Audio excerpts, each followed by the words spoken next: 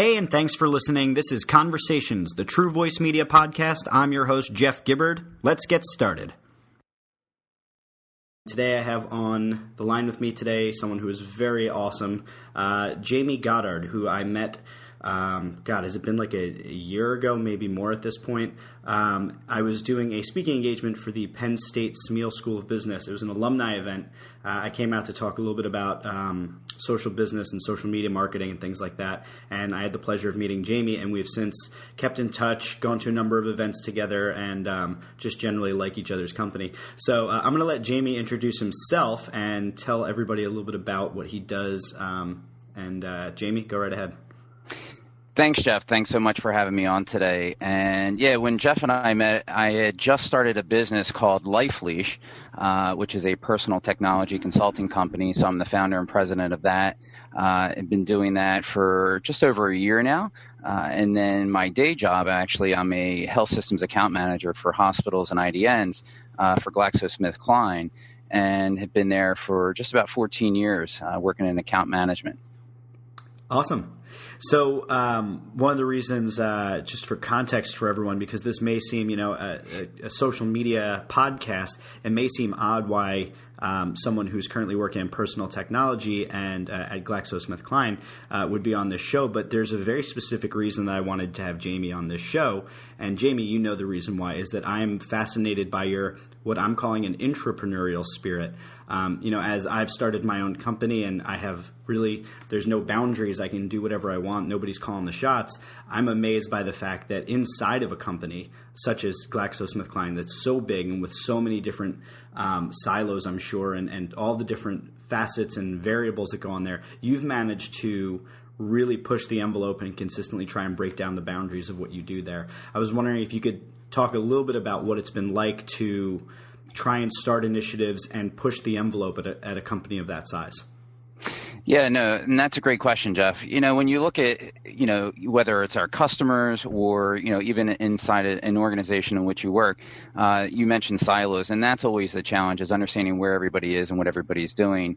But as you begin to work across those different matrices and find and understand what everybody's working on, you really start to identify the needs within those groups. So for me, it was around technology, and with the way the industry and economy has been going, everybody has to do more with less. And one of the big sayings that you hear oftentimes now is you have to do more for more with less and do it better.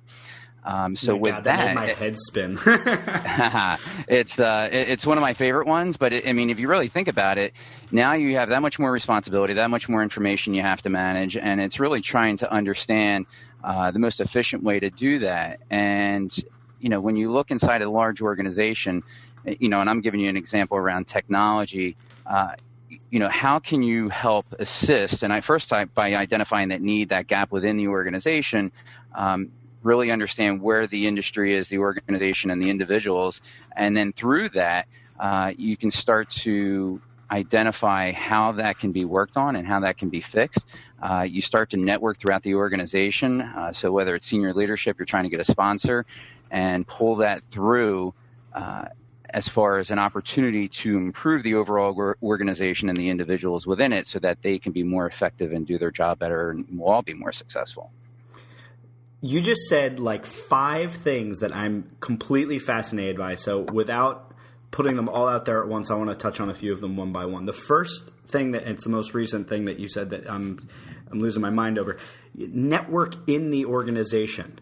What kind of a concept is this that you're talking about, where you're actually talking about building relationships within your business, where most of the focus when we talk about networking and getting things done through people, we're not talking about inside of a company. And you just stated that matter-of-factly, like that's how things get done. And I think that, correct me if I'm wrong, but that might be one of the reasons why you're getting things accomplished in a company of this size, is that you're actually making relationships and networking within the company. Can you talk more about that internal networking?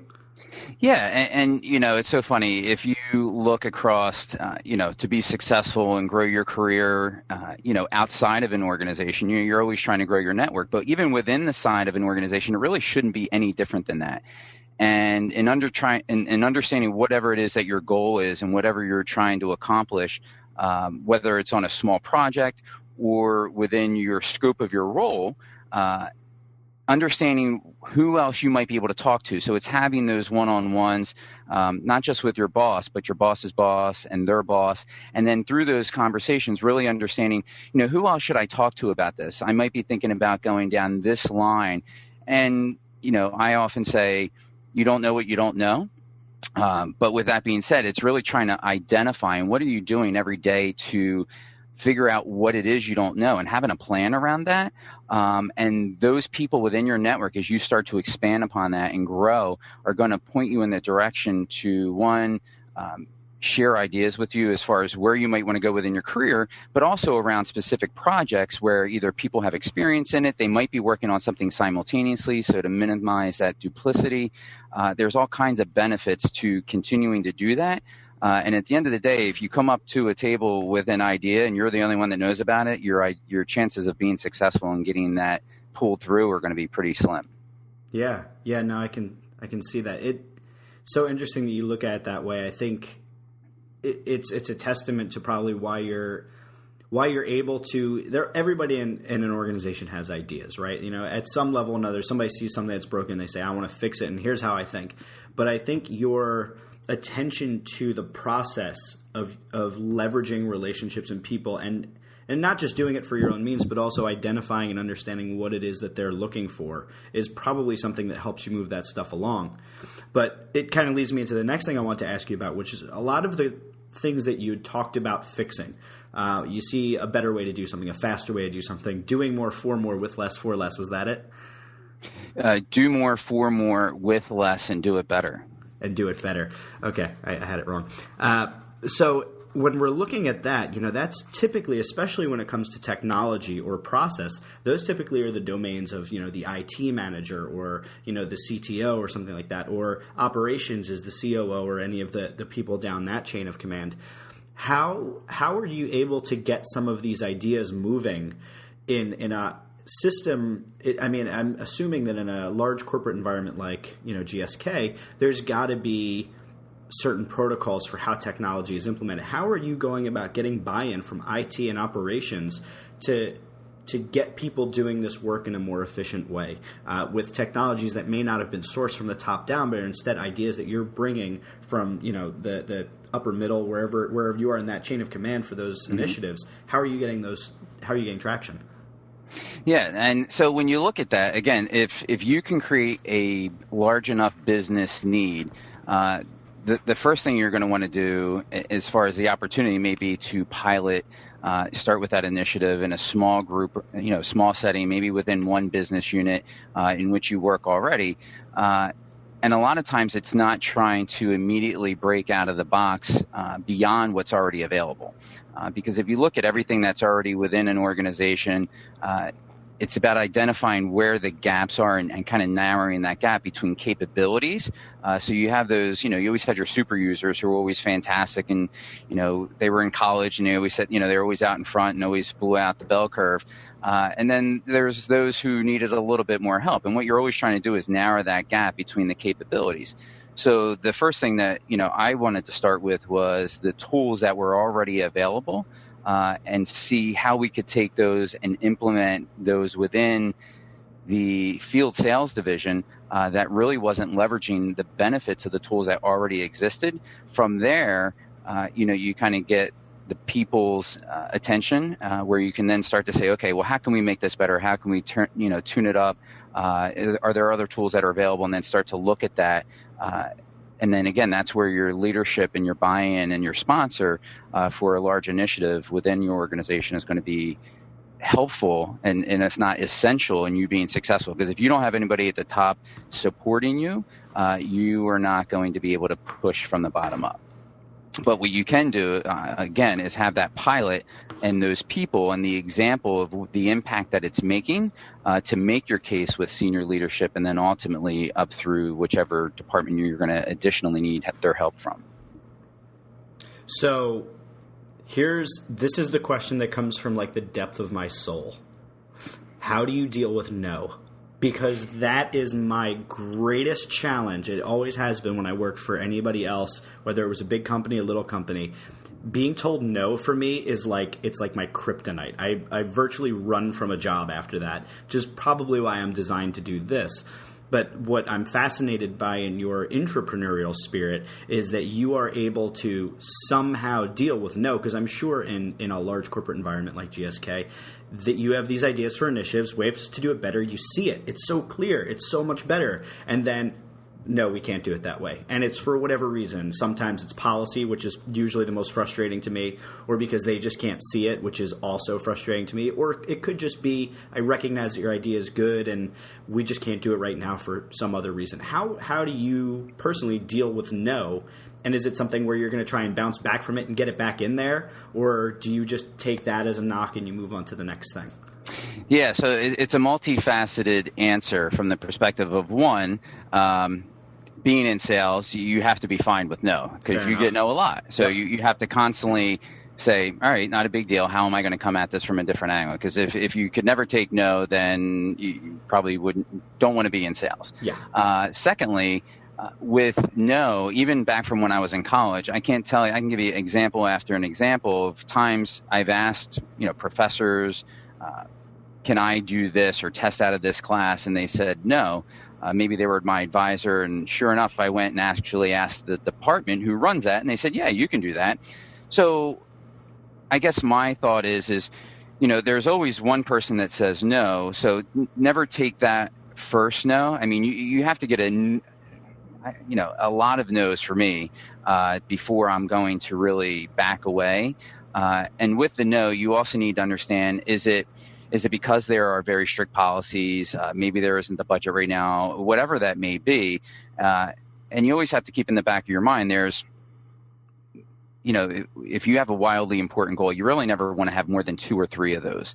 And if implementing another process or something new is going to get in the way of you achieving those, that could be one barrier, but the other could be, well, you know what? The reason why I'm bringing this is because this is how I think it could help us achieve X goal. So it's understanding what the overall goals of the organization are and how whatever it is you're bringing forth aligns to that organization's goals, be it your customer or even within where you work. And ultimately, that's what's going to help you, again, get what it is that you're trying to achieve. Because if it's, hey, here's this idea and here's how it helps, if it doesn't align to the overall organization or your senior leadership's mission and vision, again, you're not going to be successful there and you're going to be beating your head against the wall. So that may just have come over years of practice, but really having that understanding. And that's what makes a great salesperson too. It's, you can have a feature and a benefit, but it's not really an advantage until it aligns specifically to a customer's need or, an individual's need. So some people may say, well, I hate sales. I'm not in sales. We're all in sales, whether you're trying to get a raise within your company or talk your friend and go into the movies versus going out to wherever else. We're all in sales, and it's really trying to align the need with the solution. I mean, so far, I feel like just inherent in everything that you've said, we've covered internal networking, internal sales, leadership, innovation, and this is all inside of a company. I'm going to put it out there, and it's going to go on record as this is a podcast that will be broadcast to billions of people, possibly trillions, and out to the galaxy. But I think you should write, even if it's like an ebook, but I feel like there should be some sort of a framework where if we look at what you're doing, there are people right now that are suffocating inside of companies that have great ideas and can't get the buy-in or can't figure out what the process is to go about connecting the dots to solve business problems. And the fact that they're not able to do that, the fact that they don't have the skills to do it or whatever, I think it's a detriment to the company, it's a detriment to that employee, and it's a detriment to the customers of that company because it's untapped knowledge. And while it would be nice if every company culture had this sort of openness to allow people to freely contribute, it's simply not the case. So I feel like there's a need for some sort of a framework. The kind of, aside from the kind of statements I'm just making there, the follow-up I would have to that for you is, what do you think is the one thing? I mean, I obviously can't boil it down to one thing, but what's one thing that you think is really important to say to people that are locked inside of companies that have great ideas that just can't get the buy-in? Like, what's the thing that gives you the glimmer that you can make a difference and make something happen inside of the company? What's that? What's your X factor? Yeah, I mean, for me, it's really getting out and meeting new people and sharing with them what it is that I'm trying to accomplish, whether in my career and understanding who else I can talk to and meet people and understand what they've done in their process. So that would be one, is really reaching out and broadening your network, because if nobody's going to be looking out for you, if they don't understand. So ultimately what you're trying to do is get a sponsor, right? So I talked about a sponsor of a project from a senior leadership position, right? We have mentors. You have what we call board of directors, but ultimately what you're looking for is your sponsor. It's somebody high in within your organization or senior leadership who is looking out for you and finding you opportunities to achieve your goal. Well, nobody's able to do that if they really don't understand what your long-term goals are. Long-term might be a little bit broad, but what are the 2 or 3 steps that you can take in the next 2 to 3 years to get there? And if people can understand that, and what that's going to start with is obviously your first line leader, and from them saying, who else can I talk to? I'd like to learn more about this department or this division. Is there somebody that you'd recommend me sitting down and spending maybe a day shadowing and learning more about? And again, that's going to provide you one, greater visibility of the organization, what the goals are and the mission are across the different business units. And from there, it allows you to help a large network of people, whether it's based on customer feedback, ideas that you have, other people who may be working on a project and say, hey, do you know Joe's working on the same thing? And it's that glimmer of hope is there are a lot of leadership now that are really focused on succession planning and leadership development within our organization, and they want to help and they want to develop people. And that's, if an organization's not focused on that, that they're not going to be in a good place in the not too distant future. Yeah. So one thing that, just to pull out of that, if I were to kind of pull one thing out of that if I were to ever, God forbid, have to go and work for somebody else other than myself again, the one thing that I think I would probably look to do is immediately align myself with somebody high ranking in the organization as a sponsor. Somebody who could help me achieve my goals and make sure that I've clearly and concisely laid out what my plan is, what my goals are, and how it aligns with that of the company. So, if correct me if I'm wrong, would that be a good first step for someone like me? It would, and that's a relationship that happens over, you build over time. That's not something on the first time meeting somebody, you want to either ask them to be your sponsor or you're expecting that. It's about paying it forward, mm-hmm. and it's about keeping in touch with people, helping them where you can, developing that relationship, and from that relationship is where you're going to develop your sponsor and somebody who's helping you move through the organization. So you've got this advocate in the organization. Do you ever fear backlash from those that aren't necessarily the ones that are kind of on your team, so to speak? So you've got this high-level sponsor that's driving and helping you make those opportunities. But when you come up with this new idea and you approach somebody else about it, do you ever fear that by consistently pushing and this could be the people that want to maintain the status quo or that don't want to go above and beyond or don't want to do that extra whatever, and I'm not saying that's the case at your company. I'm just, when you encounter those people as they exist and you're the one trying to push and go above and beyond, do you ever fear that backlash and how it might reflect on you or how it might impact your career?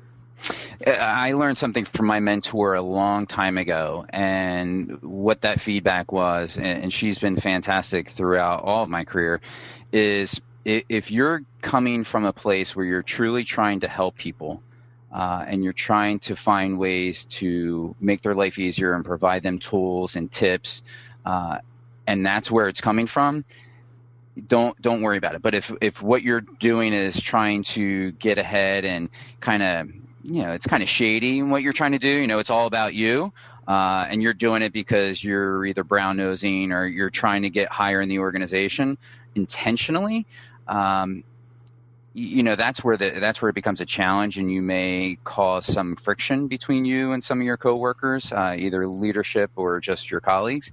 But again, if at the end of the day, I always heard a lot of people share ideas, and I'm like, God, I've been doing that for 2 years, and they're getting all these accolades. And that's when I learned it's about communicating and sharing and helping others. And if you pay it forward, it will come back to you 10 times over. It's awesome. I love your perspective. I love your energy about it and the perspective you take. I love the don't worry about it if you're coming from a genuine place. Where I tend to get frustrated is that, in my career, I've tried to be very genuine, honest, and open about advancing the goals of the organization and doing good work and helping people. And when I've been met with people who can't think in that way or who want to or that have a problem with my ambition, I get very frustrated by it. So it's very refreshing to hear, the advice coming down through you from your mentor to, if you're coming from a good place, just let it go and don't worry about it.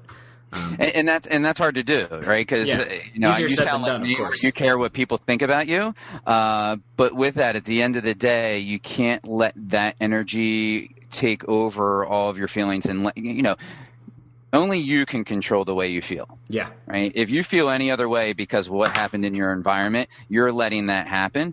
And again, as long as you're coming from a good place, not everybody's always going to like you or be happy with what you're doing. But with that being said, I think, I'm big on feedback, constructive criticism, and continuous improvement. So with that, I ask a lot of the people I trust most, how was this? How did that go? What were your thoughts on this? And how can I do a better job? So that's important at the same time, and to be humble through that process. Yeah. Yeah, I'm not exactly the same way in that, I really only care what a handful of people think. And it's the people who I have a tremendous amount of respect for, or love, or deep friendship. It's the people that are, wheels in the machine that I don't particularly have a tremendous amount of respect for. When they shoot me down, that's where I get frustrated and angry, and where it's not so much that I care what they think about me. It's that I worry about job security and this and that. And then I think, why won't they take me seriously? It's such a good idea. So I have my own mania about the whole situation. So clearly it's, everybody's got their thing. But we all have our little idiosyncrasies. Absolutely. Well, I want to shift gears, and I want to talk to you a little bit about, in the remaining time that we have, I want to talk to you about LifeLeash, and from a couple angles. One, I want to talk to you about the business itself and what your motivations were for it. But I'd also be very interested to hear, as a new business owner, my company is only going into our fourth year or third year. I'm bad with math. We started in March 2011. I find that I learn so much each month, each year. And I'm consistently learning. And I think back to those early days of starting my company, and I think, what would I do now if I were to start my company? And I've come to a conclusion that I would probably make the same stupid mistakes again, with a few exceptions. And I'd love to talk to you a little bit about your experience starting this company and some of the things that you've struggled with, some of the things that you've learned, some of the advice you might pass on. So let's start with just, your experience in starting a company. What surprised you about it, and what was exactly as expected? Yeah, I mean, the biggest one, which I think a lot of people can relate to, is it's an idea that I had probably for the last 2 years, based on a lot of the work where I was helping people. You were talking about the entrepreneurial spirit that I have and the work I was doing at GSK, a lot of it based around technology. And I started to have these thoughts. But, in the back of your mind, you always question, like, is that something I can do or should do? Is it really a need? And, how do I turn that into a business? And, so the biggest thing is it's just moving forward. It's every day. It's setting that goal. It's writing it down, making it visible, and doing something every day and constantly moving forward.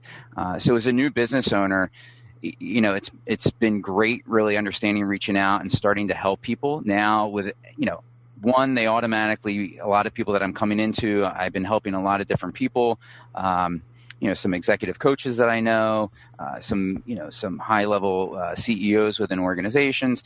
And, every day you start to build your confidence around your ideas and the impact that you can make and around helping people. You said, you're very open and transparent, and that you're coming from a place within your business to really make a difference in people's companies, organizations, and their customers. And for me, it was very similar. And so what was great is at least my idea of why I wanted to create the company is being reinforced by the feedback that I'm getting from my customers and the help that I've been able to provide them and make their life a lot easier.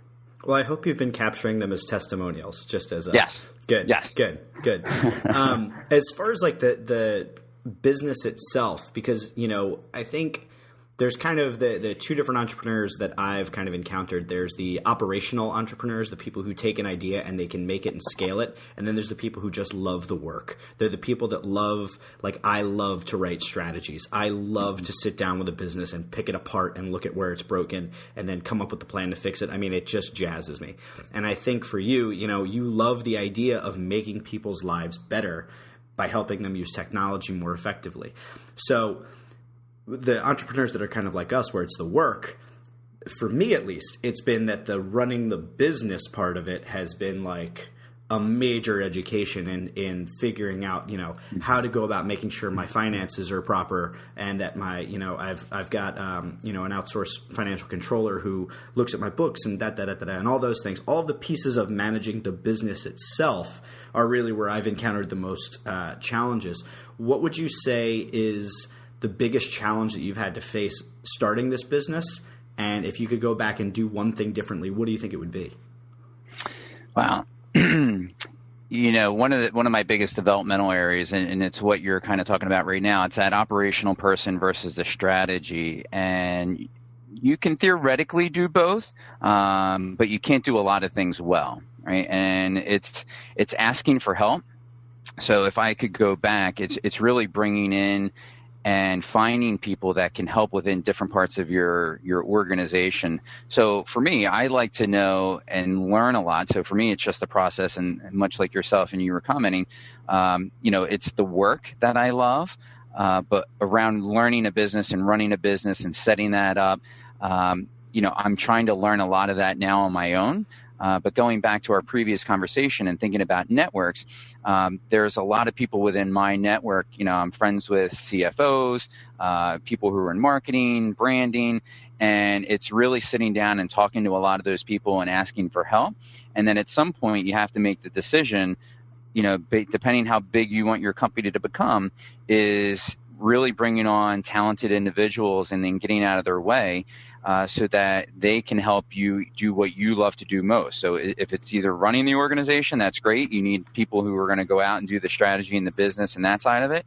And if it's the other, you hire somebody, a general manager, to run the organization and take care of all the administrative work that you hate so that you can do the stuff that you enjoy most. So for me, it would be bringing on people earlier in that process. I did talk to a lot of people. But again, it's really bringing in and having people do the work who are that's what they do best, and it would save you a lot of time and headache. Leveraging expertise and, yes. Kind of getting the stuff off your plate that's not really your core. It's funny. It took me a pretty long time to get that. So it's good that you've got that so early on in your company. I mean, I noticed that it wasn't until I started bringing smart people on and getting out of their way that I started to be able to scale. And most recently bringing on my executive assistant. I mean, it's just amazing what it's done. Case in point, we're having this podcast. We had talked about it months and months and months ago. And, just juggling all of the things until I got her involved and said, hey, you got to get Jamie on here for me so we can have this talk. And she made it happen. So, case in point, it got stuff done. That's it. Yeah. So let's talk a little bit more about LifeLeash and kind of why it excites you so much. I'm a gadget geek. I love my iPhone. It's never more than 15 feet from me, or I start to get the cold shakes and sweats. Who are the people you're trying to help, and what is it that you saw that was like such a value for them? Like how are you going to make their lives easier using technology? Yeah, so there's really three segments. There's that it's for a personal, professional, and the business. So you can kind of clump the personal and the professional together. They're individuals, they're busy people, they may be parents. And what I found working corporately, which reinforced me creating this company, is that, despite there being a lot of brilliant people out there, there's a lot of tech-averse people who, maybe they have a smartphone, but all they do on it is call people and maybe email. But then, there's a lot of people who have tools or they struggle in their life. And a lot of the tools that are available through technology, be it apps on their phone, the phone themselves, or other tools that are available, are one, not that hard to use, but people are so afraid to move forward. And it kind of goes to creating the business and what I was talking about. Sometimes it's just stepping off that cliff and moving forward and learning. But a lot of people don't want to read. They don't want to take the time to sit down and go through that process and learn. You and I both love that and thrive on learning. And not that other people don't, but they want somebody to show them. They want somebody to help them in that process, and they like the social aspect of it. So with that, that's what really drove me to I enjoy that engagement myself and helping them and the feeling that they get and how much it impacts their life and really helping them move forward. And so for an example, it may be something as simple, my wife and I and the kids, we probably have 5 different calendars depending on what it is. And if my wife is over her mother's and she wants to know if we can go to dinner there, she doesn't have to call me. She just goes in the phone. She can look at my calendar and say, oh, you know what? Jamie's not busy that night. Yeah, we can do that night. Or it's, hey, can you stop at the grocery store on the way home? The grocery list is updated. And you know what? The grocery list is basically synchronized across all of our computers, our smart devices. And so no matter where she put it in, it's everywhere. So we always have access. So, that's a small example. But a lot of people struggle with that because we're so busy and overwhelmed with so much information. Those simple things make a big difference in people's lives. Yeah, absolutely. Absolutely. I want you to tell, I'm really curious right now because I know that, the way that I look at technology and the way that you look at technology, we're both fanatics about it, but you're looking at it from a different perspective because your demographic that you're dealing with is different, usually a little bit older, maybe looking for more sort of personal quirks and tidbits. I'm curious, off the top of your head, top 5 apps that you put on immediately onto most people's phones, the first 5. Wow. So one of my favorites is iThoughts. iThoughts HD for your iPad. It's a great mind mapping tool. If you're not familiar with mind maps, it's visual brainstorming. Allow you to get your thoughts out and just get them all on paper, but then simply rearrange them and organize them versus putting them on paper and having to keep rewriting it. So that would be the first one. The other one, ironically, it's funny you're asking me about this because I have on my blog on the website, I have Jamie's favorite apps. The second one is going to be Evernote. Love it. I'm still amazed to this day how many people I come in contact with that never even heard about it, let alone said, well, I heard about it, but I just haven't used it yet. And the idea around that is, my slogan around tools like Evernote are information is only as useful as it is easy to find and easy to access. Because people always say, I had somebody call me today and say, where is that? What is that? And where is it? And, if you know where it is, all you have to do is type in the right word and you got your information you need. The other is going to be Splash ID. It's a password manager. It still amazes me to this day. People I don't know where my password is or what my password, or they use, 111111. And in the light of security, or password. Today, that's the funniest one. Yeah.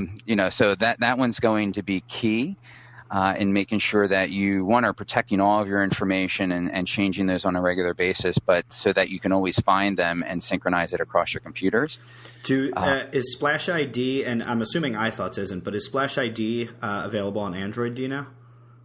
They are. It is available across the different devices. And is iThoughts? iThoughts, I want to say that one is more specific to iOS right now. Okay. But I know it has, there's a lot. The mind mapping tools, there's lots of them. Mm-hmm. So I'm saying iThoughts based on the research that I did and my needs. Mm-hmm. It was one of the tools that really provided a lot. But there are a lot of mind mapping tools out there, and a lot of them are even free. Cool. So, just categorically, we've got mind mapping, note taking. To call Evernote just a note taking app is almost an insult to it, but we'll categorize it that for now. And then password management. So these are things that are really utilities for the average person. They're always losing their passwords. They're always forgetting their grocery lists or that cheese that they really liked or the wine that they had that was awesome. And when they're trying to think out a process, mind mapping, I've found, I used to be adamantly opposed to it. And I started using it and I was like, oh my God, this is so incredibly valuable and really helps the process. So, okay, cool. So that's 1 through 3. What's 4 and 5? So one of my other favorites is Card Munch.